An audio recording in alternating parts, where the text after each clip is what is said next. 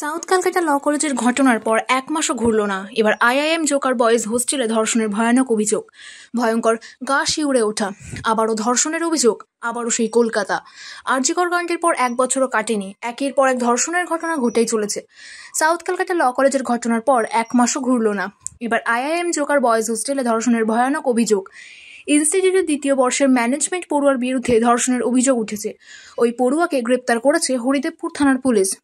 নির্যাতিতার অভিযোগ, কাউন্সেলিংয়ের নাম করে তাকে ডাকা হয়, অন্য কাজে দরকার আছে বলে তাকে বয়েজ হোস্টেলে নিয়ে যাওয়া হয় বলেই অভিযোগ।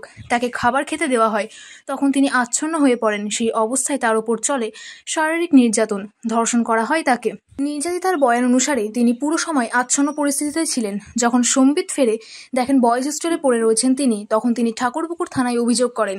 এরপর পুলিশ ক্যাম্পাসে গিয়ে তথ্য প্রমাণ সংগ্রহ করে, তারপর গ্রেপ্তার করা হয় অভিযুক্তকে। নির্যাতিতার অভিযোগ, কাউন্সেলিং সেশনের নাম করে ডাকা হয়েছিল। বয়েজ হোস্টেলে ঢোকার পর সেখানে ভিজিটার্স বুকেও সই করতে দেওয়া হয়নি তাকে। সেখানে পিৎজা এবং জল খাওয়ানো হয় তাকে। তারপরে তিনি আচ্ছন্ন হয়ে পড়েন বলেই অভিযোগ। ধর্ষণে বাধা দিলে তাকে মারধরও করা হয় বলেই নির্যাতিতার দাবি।